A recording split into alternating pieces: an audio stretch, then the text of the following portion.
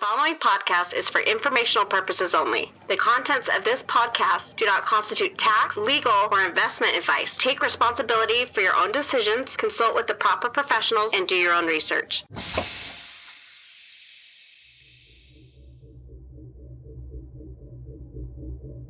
Yes, basically, I would say 90% of the data that you see if you go into the DAOhaus app is coming from the graph.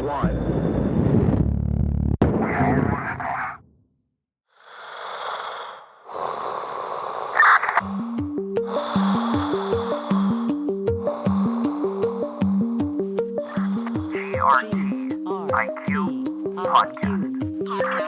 We're like astronauts floating in the space of time. Lost between the past and the future. That is the sound of inevitable. Welcome to the GRTiQ podcast. Today I'm speaking with Spencer Graham, product manager at DAOhaus, a widely used solution throughout the DAO universe. DAOhaus calls itself a no-code platform where you can create and manage your own DAO with the mission to foster a diverse and open economy of transparent cooperation. The conversation with Spencer is incredibly insightful.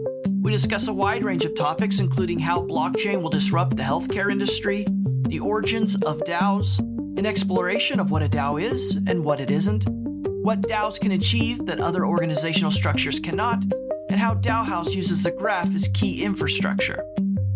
We started the conversation by talking about Spencer's educational background at the intersection of psychology and economics.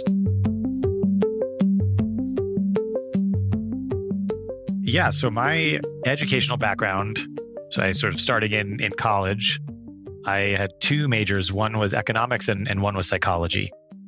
I actually started out with economics because I had taken an econ class in high school and learned that I really loved that way of thinking. But I also started to become, in college, like I had this feeling that I would enjoy psychology. And I turned out to be very right about that. And one of the things I loved most about that combination was the combination. And I got really into behavioral economics and rethinking some of the foundational assumptions of like classical economics with some more nuance that psychology introduced. Some of the research that kind of underpins a lot of like the behavior, or at the time, a lot of the behavioral economics industry has been called into question more recently with like the big sort of experiment replication crisis. But nonetheless, I think a lot of the way of thinking that I learned and practiced has been kind of foundational for me in all the stuff I've done after that. Well, I'm familiar with behavioral economics. I think some of that school of thought came out of Chicago, which is where you're joining me from, if I'm not mistaken. But that combination is really incredible, right? The economics and psychology. So what is it about that combo that lit a fire in your mind and said, hey, this is even more interesting than just studying economics? I think for me, and I might be using some of the language and perspective that I have learned since then, but if I can sort of like retrospectively answer that almost, I think for me, it was, I have always had this strong appreciation for and like focus on like the structure of the world and like how the world works. But that structure, understanding of that is incomplete without an understanding of how humans work. And so a lot of the structure that we have, especially on the social side, is kind of an emergent property of the way that of human brains, basically, and the way human brains evolved to work internally to itself, and also then in conjunction with other human brains and other people. So melding kind of this like foundational structural kind of interest with like maybe a layer on top of that almost, and then understanding how those two things interact.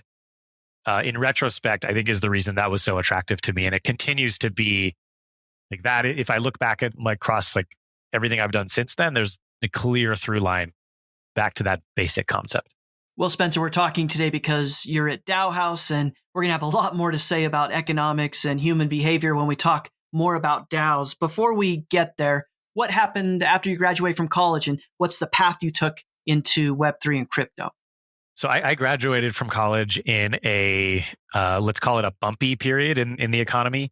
So I will skip some of that messiness. But where I really started my career was, I actually started out in advertising. I found this role in advertising called an account planner, or the thing that role did was account planning, which was basically trying to figure out what the client, what their audience, the people they were trying to market to or advertise to wanted or cared about, or what was important to them, and then figuring out a way to talk about or communicate with them and kind of bridge the gap between their needs and the solution that the brand or the company was advertising. And that made a ton of sense to me. A lot of alignment with, or like used a lot of the concepts that I had learned and kind of become enamored with in college. And so I moved in that direction. There continued to be some bumpiness in the market, and I ended up not being able to continue down that path. But I ended up switching into the marketing research industry. So not too far away from where I started.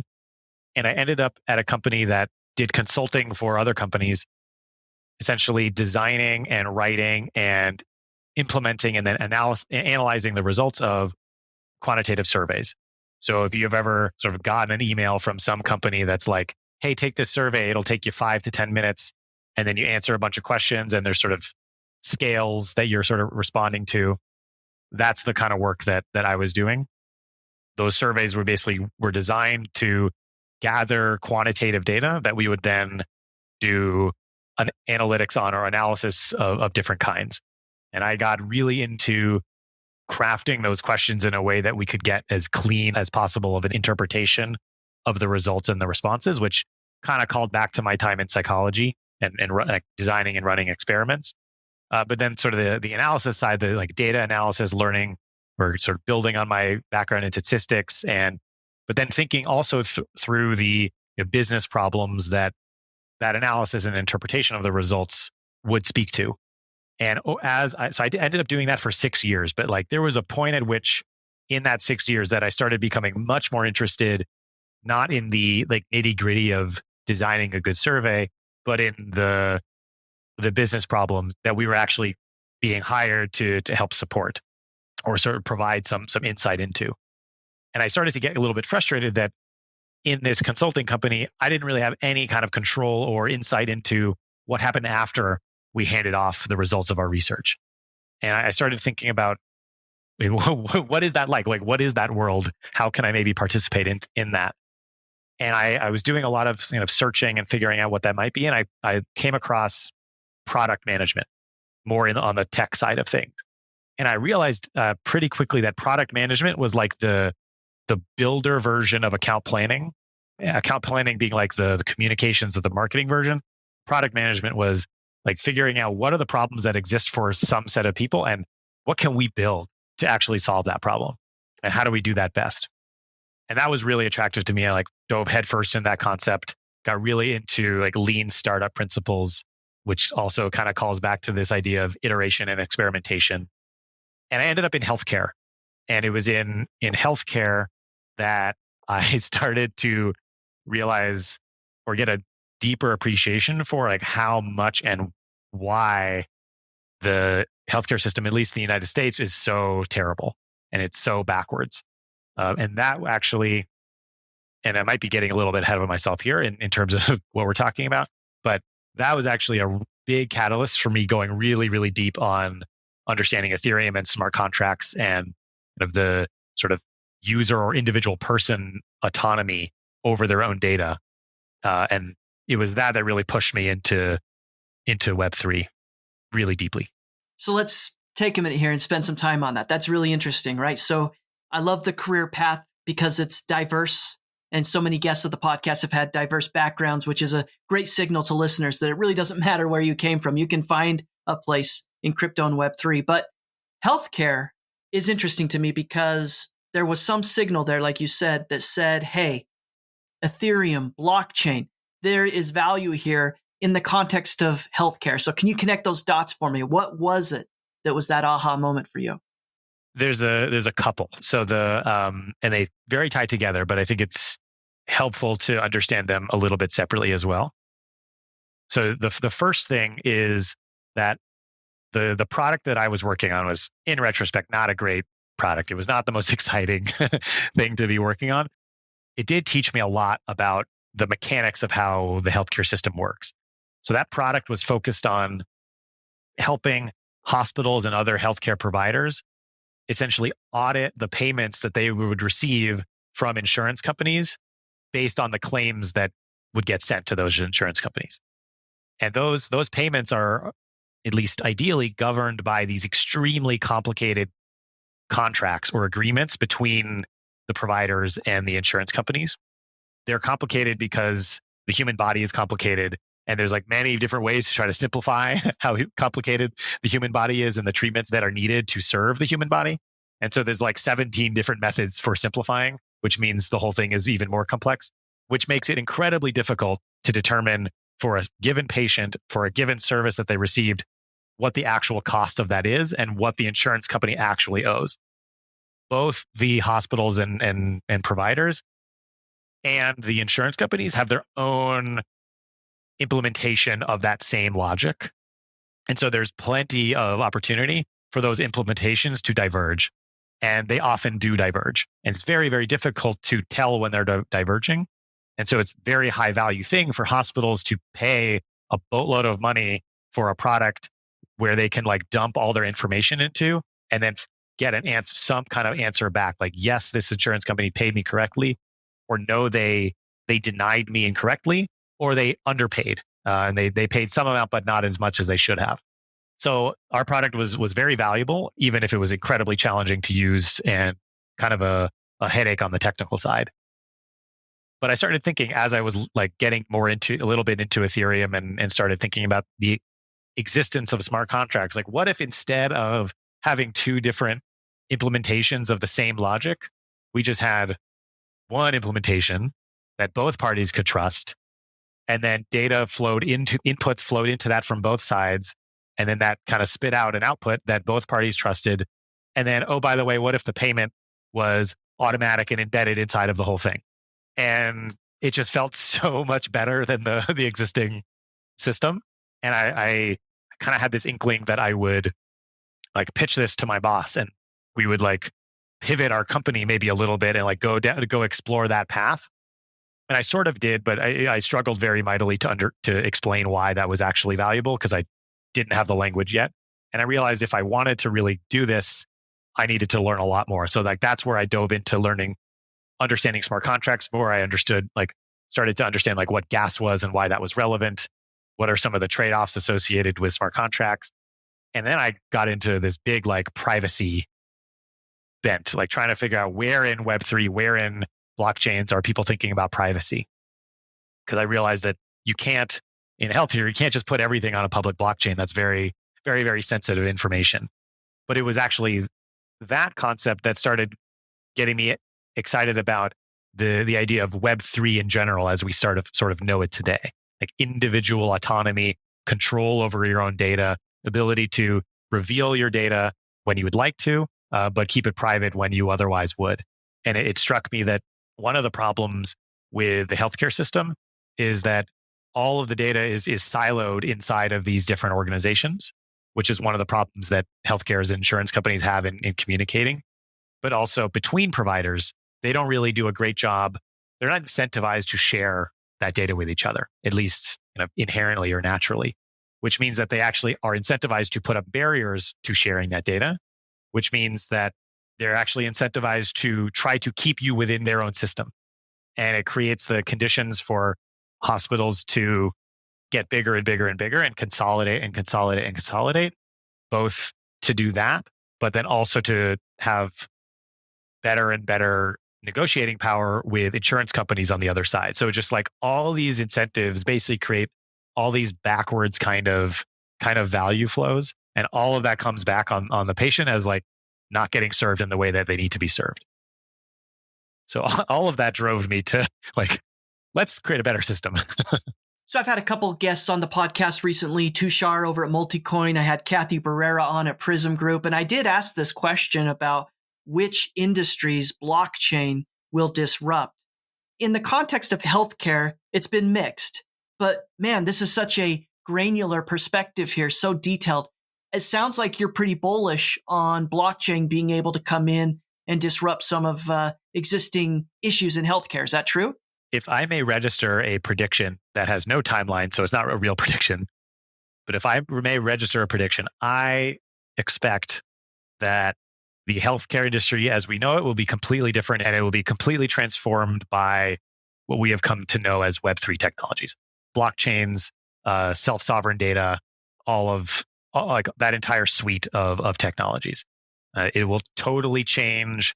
It'll explode the existing structure that exists, because it will totally change the relationship that patients have to the data associated with treatment that they get, which will totally change the relationships that they have with their providers, which will totally change those providers' relationships, which will totally change the relationship between providers and insurance companies. It's going to take a long time to happen, because we have to build the tools to actually enable patients to control that data in a way that actually maintains privacy. There's also a lot of like cultural learning and technical learning that needs to happen for individual patients to like actually have sovereign control over that data. Not everybody knows how to use a public-private key pair, so there needs to be solutions in that direction. But I feel pretty confident that we're going to get there eventually. It's just a matter of time and a matter of what technologies get built up and when. I love the perspective, and I appreciate you walking us through that. Let's shift our attention now to why we're talking today, which is DAOhaus. What can you tell listeners who aren't familiar with what DAOhaus is, what it is, and how it got started? So DAOhaus, there's probably like 10 different ways to describe what DAOhaus is. I think one way is to talk about the history of DAOhaus. So the history of DAOhaus really begins with the introduction of the first Moloch DAO. And some people are familiar with Moloch DAOs, but a lot of people are not. Maybe they've heard the name and they don't really know what exactly it is. It's got its sort of funny, demonic sounding name, which is somewhat intentional. And basically, Moloch is sort of the demon of, or we can think about it as the demon of human coordination failure. And the Moloch DAO was an attempt starting in, I believe it was early 2019, to see if we could come up with a way that slayed Moloch or destroyed Moloch. And the people who were involved in that effort decided to name that thing ironically after the thing that they were trying to destroy. And a Moloch DAO is, you can think about it as one of the many DAO frameworks that exist now, basically a smart contract pattern that you can take and fork and implement on your own for your own DAO. And there's a lot of features of a Moloch DAO, but you can think of it almost like a multi-sig with some superpowers or some extra stuff that really unpacks a lot of power and a lot of ability to enhance the coordination between the members of that DAO or the people who are on the multi-sig as the parallel example. So a Moloch DAO is permissioned. So you have to create a proposal to join the Moloch DAO in order to become a member. And governance power within the DAO is non-transferable. So the only way to get governance power is to become a member or to request from the DAO additional shares being the unit of governance power. Different members can actually have different number of shares, so they can have different amounts of governance power. And then also those shares represent or sort of serve as economic stake in the assets within the treasury. And the reason all of that's important is because it's kind of for the first time enabled even a smallish group of people to come together and kind of put their own funds into a collective pool, maintain some degree of rights over their portion of those funds, but also have those funds be made available for like shared spending or sort of shared objectives. And that really unlocked something. There very quickly became a lot of other DAOs starting to use that Moloch DAO framework, a number of different forks of the original Moloch DAO. And there became a need for a way to interact without code, or even create one of these DAOs without code in a relatively easy way. So that's kind of where DAOhaus was born. It actually first started as something called Pokemol, which was short for Pocket Moloch. So it was basically started as a mobile application, basically allowing you to create proposals and vote on proposals and see the treasury for a Moloch DAO. And then DAOhaus was kind of the introduction of the ability to create a Moloch DAO or summon a Moloch DAO, as we call it. from scratch without any code. So that's how DAOhaus started. So it ended up becoming, and today is really a home for communities who are purpose-driven and community-centric and wanting to drive after a shared or collective purpose while also respecting and kind of credibly supporting the individual sovereignty or the individual autonomy of everybody within the community. So that is really what we're building DAOhaus to, and have been building DAOhaus to enable at a very large scale, or for as many communities, as many groups of humans as possible. That makes a lot of sense. So in the context of DAO history, Moloch DAO comes up all the time.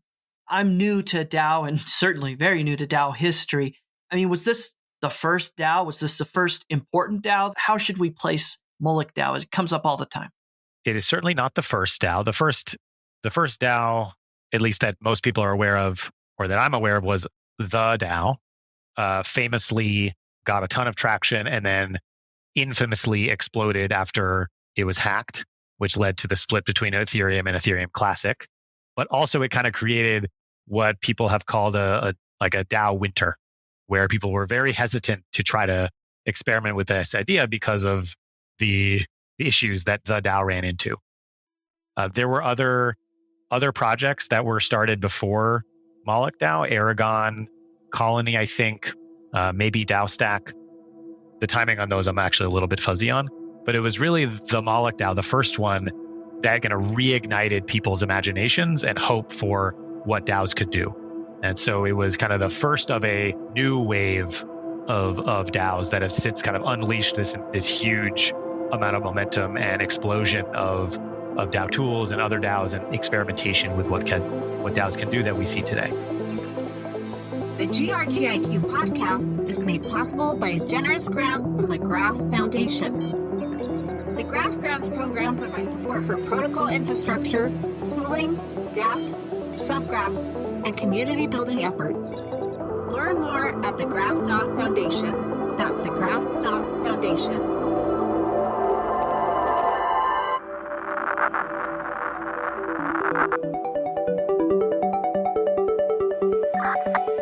Hi, this is GRTiQ. Each week we get to meet a new member of the Graph community and ecosystem. The goal here is to take listeners inside the Graph by telling the stories and sharing the insights of those helping to build it. Please consider supporting this project by leaving a review wherever you listen to the GRTiQ podcast or by sharing episodes on social media. And don't forget to visit grtiq.com/podcast for detailed show notes. That's grtiq.com/podcast. Thanks for listening.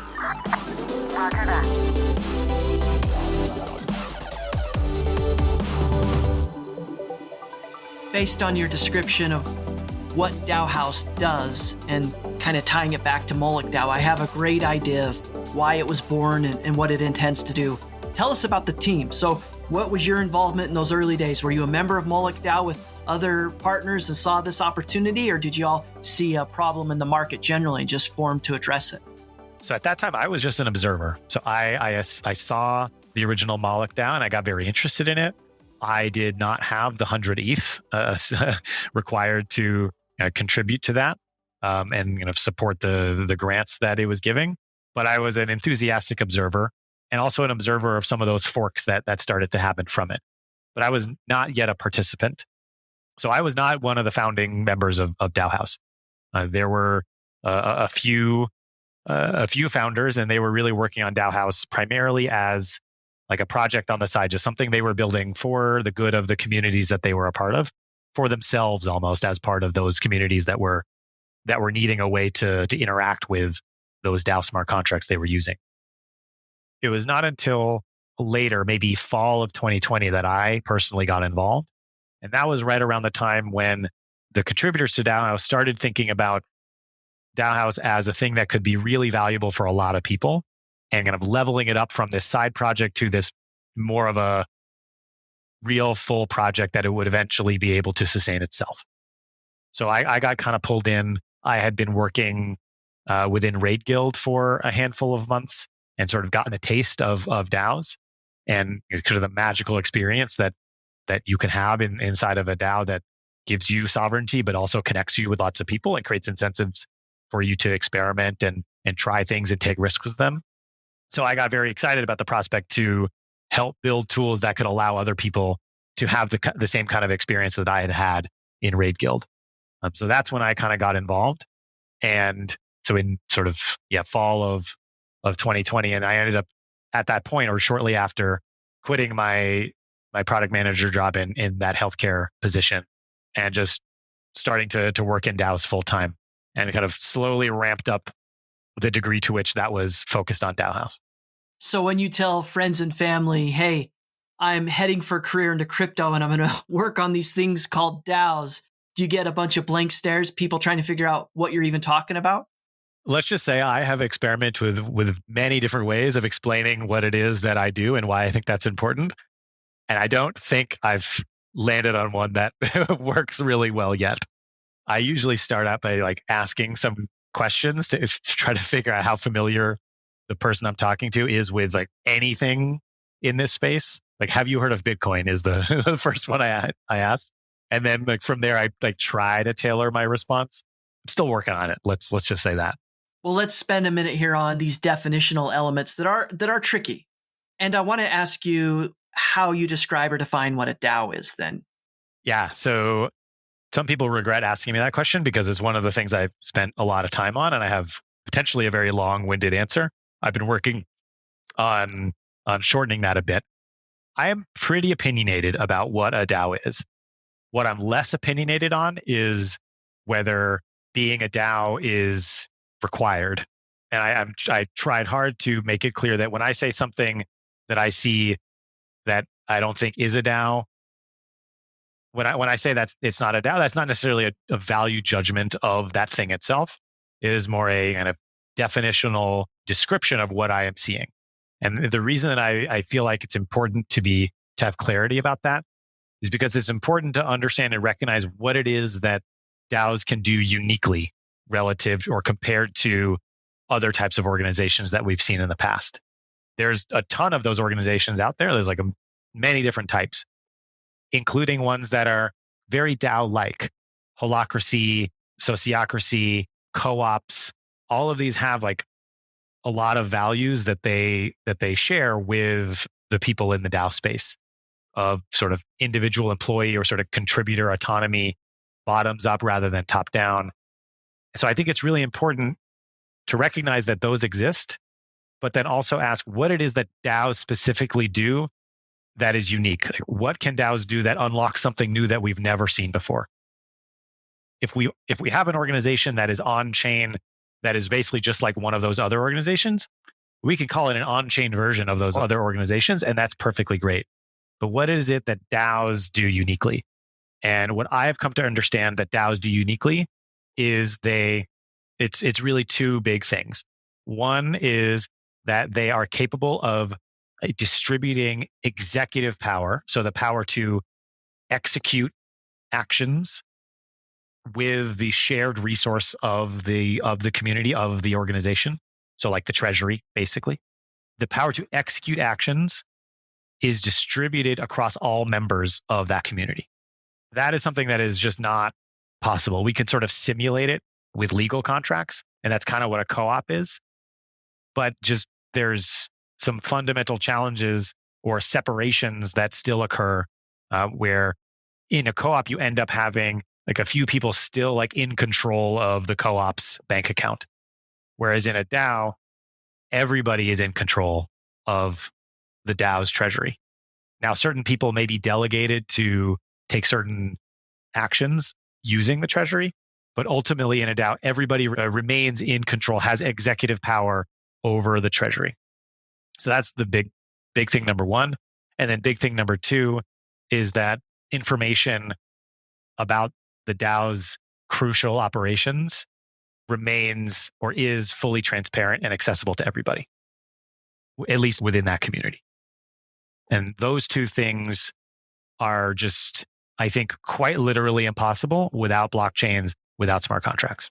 I love that explanation, Spencer. I think it's critical. And I have a lot more questions for you about this distinction because it's certainly in vogue right now for people to join and start a DAO, and the distinction gets blurry. Before we get there, you and I met because I'm a Graph Advocate, and the Graph Advocate DAO was recently launched, and Graph Advocate DAO uses DAOhaus. And so as a user, had a great experience, and a lot of the pain points of trying to understand how a DAO works and participate in a DAO was certainly for me resolved by using DAOhaus. When it comes to letting listeners know how DAOhaus makes money, the number of DAOs that DAOhaus works with, and some of those types of things, what can you share?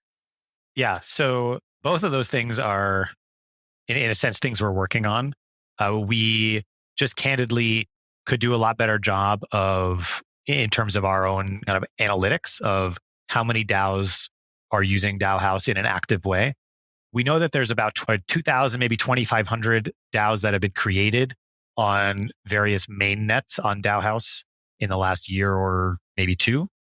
Certainly not all of those are active. Some of those might have just been like test DAOs that somebody was playing with, et cetera, et cetera. What I can say is that it's definitely in the hundreds of DAOs. Some of those DAOs may be active, but maybe only a few people. But we still consider that a DAO. We're probably going to be spending some cycles soon getting a more specific understanding of that. In part because one of the other things that we're doing is trying to work out how DAOhaus will be sustainable over time, or self-sustaining over time. We have done a couple, what we could call them like community-led fundraisers using our own technologies to support those. And so we are supporting ourselves in building DAOhaus based on the funds that we have all sort of contributed. But that is certainly not our long-term vision to be requiring endless funding from the community. Instead, what we hope to see is that DAOhaus can be a self-sustaining community, a self-sustaining project that is owned and controlled by the community at large. What we're trying to work out is exactly what that looks like. We certainly, and we also, one of the things that we are trying to figure out is what is the right model, or what are the right models for that also align with our values. Like we feel pretty strongly that DAOhaus and DAO technology, basic coordination technology, should be a public good or as close to a public good as possible. It should be open source.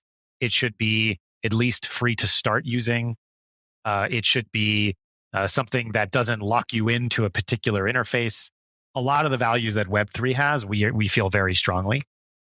And so what we're trying to do is pick from a number of possibilities for how value flows back to or accrues to DAOhaus itself to sustain itself in a way that aligns with or comports with our values and some of the things that we believe.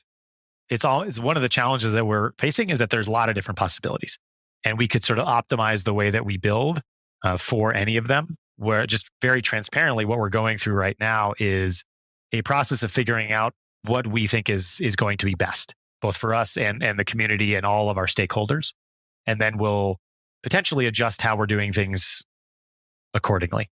One of the things that we really hope happens, though, is that as lots and lots of other tools and projects and communities build on the DAOhaus infrastructure in ways that create mutual value. And then we hope that value flows both from us to them, but also from those people to us, so that we can continue to build for as many people as possible, or as many people are getting value out of what we're building. So if listeners want to get involved with DAOhaus, is the team hiring? Are there ways for listeners to participate? Absolutely. We don't necessarily consider it hiring, but there are lots of opportunities to contribute to DAOhaus. We ourselves are organized as a DAO. We practice everything that we preach, and we dog food everything. We try to push the limit of how we use our tools, how they can be used, what DAOs can be, and what DAOs can do. So if that is interesting to you, the best way to get involved or to find out more is you can contact me for one, or you can come into our Discord server. There's a couple channels dedicated to contributors, and we have starting to get a better process for how to bring those people who are interested into the fold.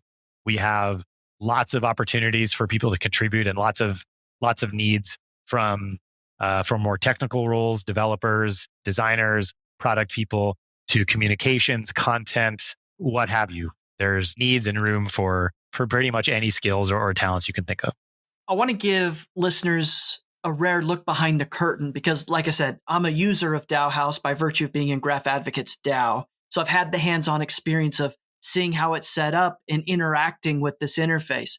And to make it really simple, you go to DAOhaus, you launch the app, you connect your wallet, and then you're able to make votes and different things through this technology that's reflected in the DAO. A huge oversimplification. But the thing I want to inform listeners about, Spencer, is you can choose the token that the DAO distributes to members or the token that's used to vote. Can you even choose the blockchain upon which all of this is housed? I mean, there's a lot of things that you can interact here and change. Walk users through, I guess, those elements and how easy it is through DAOhaus. So DAOhaus makes it very easy. What is less easy, and I think what we can do a lot better job of helping DAOs do is making some of these decisions about how to configure their community, their DAO, and how exactly they're using DAOhaus. Actually, a lot of the time that I spend is with communities or founders of communities that are interested in kind of leveling up their community to be able to using a DAO. I spend a lot of time thinking through some of these nuances with them. Some of those nuances are which blockchain, which network should they kind of call their first home? There's a lot of trade-offs there. Being on Ethereum mainnet can be quite expensive with the gas, but you also get access to all these other protocols and they're like much more mature ecosystem that exists there. Or you could be on something like Gnosis Chain or Optimism or Polygon or Celo or Arbitrum and have some degree of like lower gas fees, but maybe less access to a mature, diverse ecosystem of other apps and protocols to use. So the ecosystem is like this kind of awkward place where there's sort of some strange trade-offs that you need to make. So that's one big thing. But then another big thing is how to structure the initial power within your community. Do you give the two founders way more power than everybody else, or do you intentionally try to give away some of that power? I would advocate for the latter. But they're difficult questions.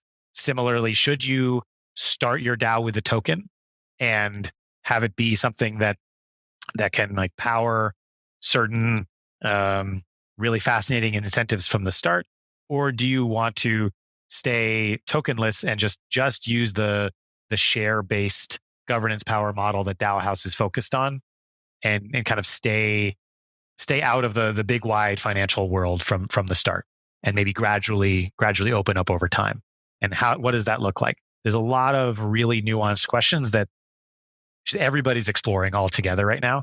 So there's not like one thing I think we should work on is, can we create like templates in not just how the app looks, but also like how everything is structured based on different needs or different things. We're starting to get there a little bit more, but everything is changing so quickly that it would probably be premature to etch those in stone right now. Hi, this is Spencer Graham with DAOhaus. If my conversation with the GRTiQ podcast has been helpful to you, then please consider supporting future episodes by becoming a subscriber. Visit grtiq.com/podcast for more information. That's grtiq.com/podcast. GRTiQ podcast. Thanks for listening. Roger that. So I think a natural follow-up then is for listeners who are thinking about launching a DAO, or maybe they already belong to a DAO and the bells are going off. They need something like DAOhaus. What's the best way to get started?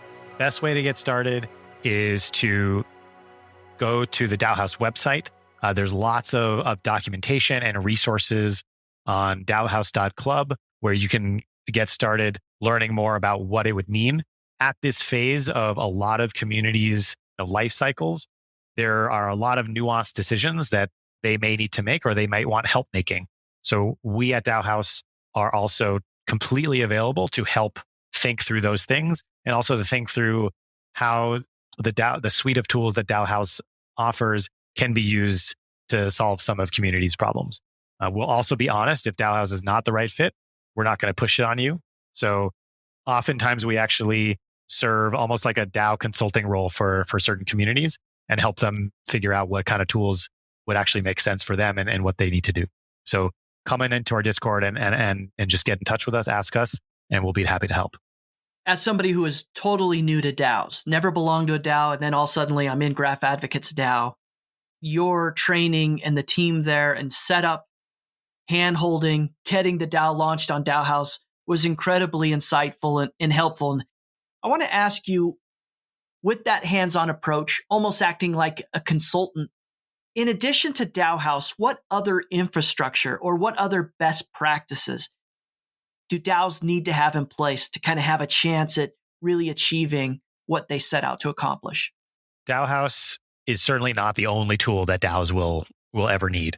And in fact, we very much don't want to be that. And we certainly don't want to build all those tools. We recognize that every DAO, just like every company, has a million little problems that they may share with other DAOs, but the combination is unique to them.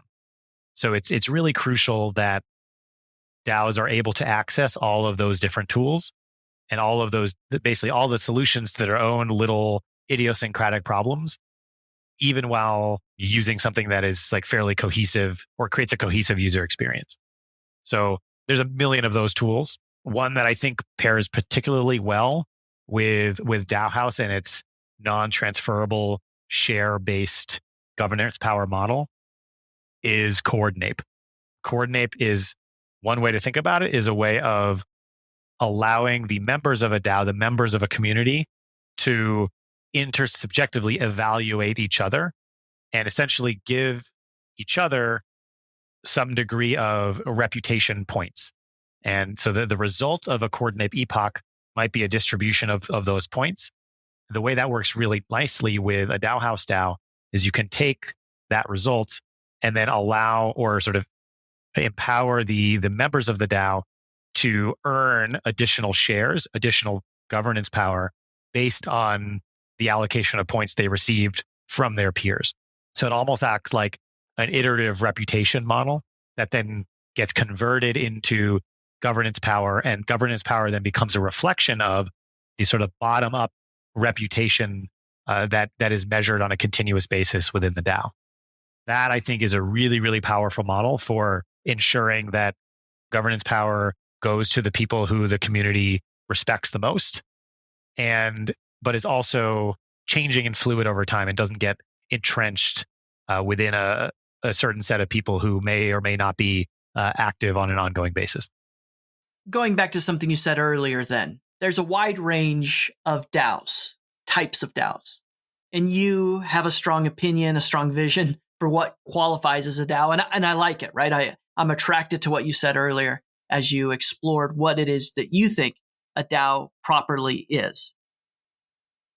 What advice do you have for listeners who want to make sure they're there, that they check that box of being an actual DAO, structured and operating in a way that a DAO should? What are the 3 to 5 things that every DAO in that category must be doing or should be looking at to ensure they're doing? Something I've been thinking about recently is this concept of progressive permissionlessness, which is sort of a comparison or an alternative to the progressive decentralization playbook, with which a lot of communities and a lot of projects in this space have been using as a model for how they are going to start in a very kind of almost startup-y kind of way, and then over time decentralize into a full DAO. My perspective is that can actually be very difficult, especially for us mere humans who don't have the capability of deciding one day that they want to give up all the power that they acquired over time as a founder of this now successful startup. It takes a really special person to do that. Fortunately, I think in this space, we have a lot of special people. But this technology, what we've been building, is not going to be successful if we build in assumptions that the people who are using it are special people. Everybody is certainly special in their own way, but that is a particular way that you need to be really special in order to have it work. I think much better to create patterns and models that don't require that people have this superhuman ability to give up power that they've already kind of consolidated. Instead, what I hope to see is more communities, more DAOs starting from a position of distributed power, even if it's within a very small group, even if it's within a highly permissioned group, and then slowly starting to increase the size of that group, even while maintaining more of an even distribution of that power within that group at whatever size it gets to.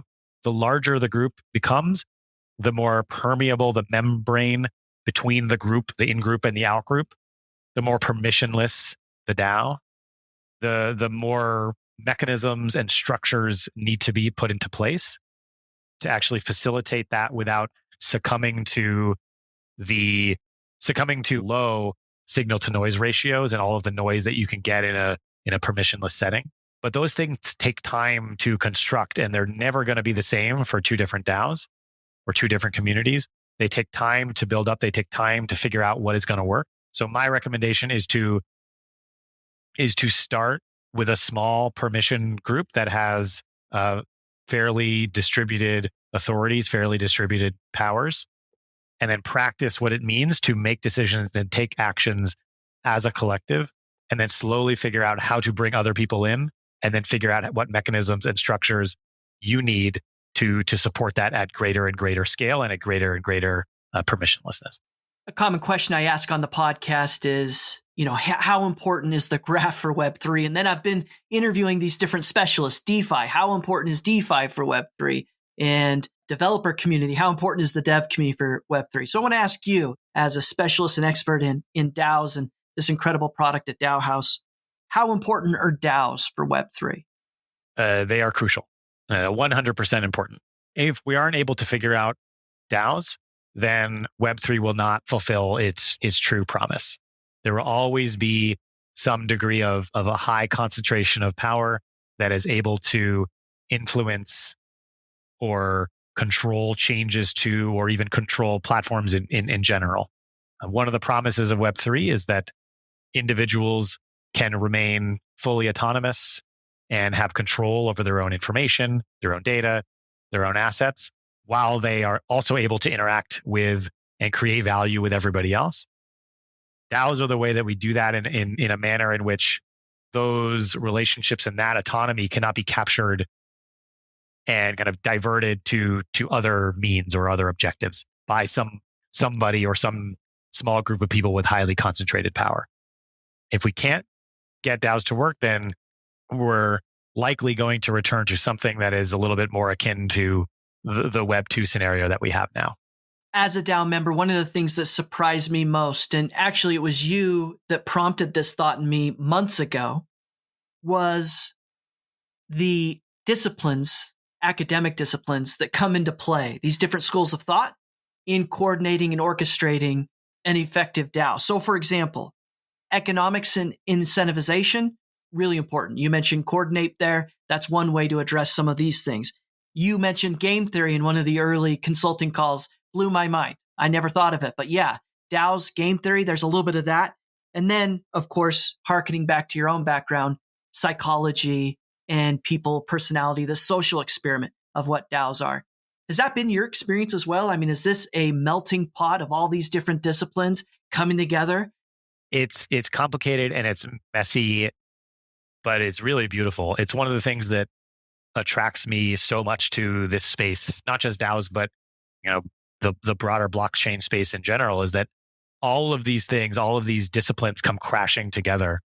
And to really understand the power of it all, you have to understand, at least to a degree, some of all of those different things. And I'm interested in all of them, and especially interested in where they come together. And it's like intellectually incredibly stimulating all the time, which is one of the reasons I'm so energized by everything in this space. And it's so easy to just say yes to working in this space on an ongoing basis. And I think that's especially the case for DAOs, because you could sort of dial up the social stuff and the psychological stuff to a great degree. Well, it's a brilliant perspective. I appreciate that. And yeah, based on my own experience, there's a lot more to learn about DAOs and in coordinating human activity and all these different elements for sure. But it is an important component of Web3. I want to ask you some questions about the graph. And like I said, you and I first met because the Graph Advocates launched a DAO, Graph Advocates DAO. And so I want to know, when did you first become aware of the graph? I think looking back that I first became aware of the graph, it might have been I think it was sometime in 2018. I, at the time, was extremely interested in a lot of the experiments and kind of theoretical thinking relating to tokens, token curated registries, curation markets. This was like an amazing area of kind of research and theoretical concepts that I was just enamored with. And I joined some community calls sort of focused on just like people wanting to talk about this stuff, focused on curation markets. And I remember, I think it was Brandon Ramirez at one of those calls introducing what the graph was and talking about some of his ideas about using curation markets to help essentially curate what would end up becoming the subgraph curation mechanism. So it's very cool that that is a thing and it exists and is working. Because I remember some of the first, I was just a fly on the wall at that time, but just some of the first ideas kind of shared into the community about how that could possibly work. So does DAOhaus use the graph? Yes, basically, I would say 90% of the data that you see if you go into the DAOhaus app is coming from the graph or from one of our multiple subgraphs. We have subgraphs, or we could kind of call it our super graph, which is a bunch of different subgraphs kind of composed together for when you launch or summon a DAO, for when you're creating proposals or voting on proposals, for when you are using side vaults, for all of that stuff. And then we also have another subgraph that is focused on kind of the add-ins or plugins that we call boosts that kind of ties all the data together. And we love that because we don't want to, we want to maintain as little infrastructure and servers as we possibly can. We still use one kind of Web 2-ish API and then server for some of the data that we've not yet figured out how to push to the edges, so to speak. But the graph is a huge reason that we can operate at the sort of low overhead level that we can operate at.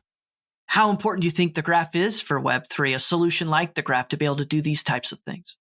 I think it's crucial. I think there's so much about like so many of the like trade-offs involved in creating a blockchain make it very difficult to have data coming out of the blockchain be indexable and kind of sort of searchable or readable or queryable in an efficient way. And so that just creates a fundamental need to have this other layer on top of that facilitates that for front ends and applications. And it just is like, it's not gonna be Web3 if that is like some sort of centralized indexing service that every single application has to either buy from somebody else or build themselves. So the graph or something like the graph just absolutely has to exist for Web3 to be Web3. Spencer, the last question I want to ask you is about your vision for Web3. You've talked about it a couple times, especially going back to your days in healthcare and this epiphany you had about how Web3 and blockchain could impact something as important to everybody as healthcare. What excites you most about the future of Web3? My thinking here is a little bit maybe general. There's something that I've been that's starting to resonate with me recently, which is this idea that we can, in Web3 uniquely, I think, start to meld together and create a really fascinating interplay between what I have started calling shared resources. So these are kind of public good-ish things, or a DAO treasury that everybody in the DAO sort of collectively can control, or publicly available smart contracts. So this interplay between shared resources like that and private resources. And in this case, I don't mean private like privacy. I mean private as in specific to me or specific to you, or something that I have full autonomy over for myself, or you have full autonomy over for yourself. Blockchains enable the latter, certainly. That's kind of like the foundation of all of it. We have like sovereign control over our own funds, our own assets, our own information. Web3 sort of expands on that, especially with their own data. But then DAOs and that side of all of this facilitates this idea of shared resources and things that we can kind of collectively control and collectively manage without any of us individually like owning the entire thing or being able to control the entire thing. And I think there's a lot of really interesting interplays between those two domains that are typically separate that we have yet to explore that I think Web3 is going to unlock. Moloch DAOs, I think, are one of the first examples of that because of that rage quit mechanism, the idea that you can redeem your shares for a fair portion of what is in the treasury means that what actually is happening is that a Moloch DAO is like to use a physics example, like a superposition of shared property and private property.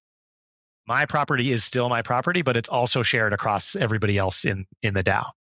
And I may be wrong, but I don't think that's possible anywhere else.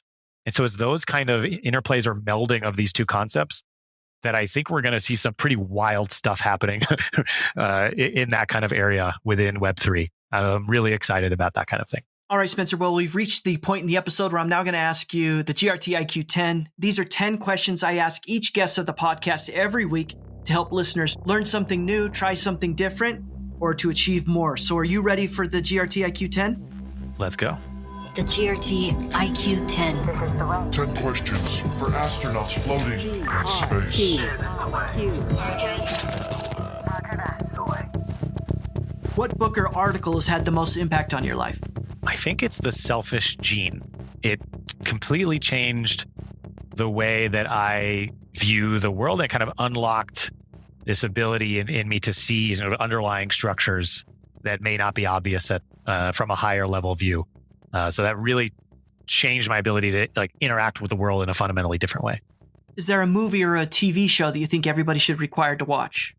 I am in love with the BoJack Horseman show on Netflix. It is hilarious and has just an amazing emotional depth to it, and I think gives people access to some really dark psychological experiences without being overwhelming in that sense. If you could only listen to one music album for the rest of your life, which one would you choose? This is tough, but I think if I had to choose, at least right now, it would be an album by The War on Drugs called A Deeper Understanding. It has this great mix of very soothing, but also being very energetic and kind of upbeat in a sense. What's the best advice anyone's ever given to you? To learn from people's advice, but not necessarily take it. What's one thing you've learned in your life that you don't think most other people have learned yet or know? Most things, in the end, are structural in nature. What's the best life hack you've discovered for yourself? This is funny because I have tried a number of various life hacks to try to control my future self. And what I've learned is that I struggle with that. So the best life hack that I have learned for myself is just to know myself and know what my tendencies are and to just try to work within those. Based on your own experiences and observations, what's the one habit or characteristic that you think best explains people finding success in life? I think it's the same answer, knowing themselves in a deep way. And then the final 3 questions, Spencer, are complete the sentence type questions. So the first one is, the thing that most excites me about Web3 is? The potential for uncapturable individual autonomy. And the second one, if you're on Twitter, then you should be following? Dystopia Breaker. And lastly, complete the sentence, I'm happiest when? I'm happiest when I am psychologically safe and in control of what I focus on. The GRTiQ 10. After this, I show you how deep the rabbit Podcast.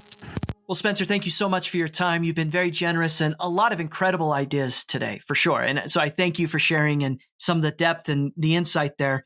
If people want to learn more about you or follow the work that you're doing at DAOhaus, what's the best way to do it? Best way to follow me and kind of get in touch with and communicate with me is probably Twitter. So my Twitter handle is @Spengra. It's sort of a smashing together of my first and last names. following DAOhaus or staying up to date on what DAOhaus is doing, the DAOhaus Twitter is now DAOit, NOWDAOIT. So that's a great place. Another great place is the DAOhaus kind of landing page website, DAOhaus.club. And that'll have links to the app, to our documentation, to our Discord community, to all of that stuff. This has been a production of the GRTiQ podcast. For more information, including detailed show notes, visit grtiq.com/podcast. That's grtiq.com/podcast. Please consider contributing to this project and helping build the community by subscribing and leaving a review. GRTiQ Podcast.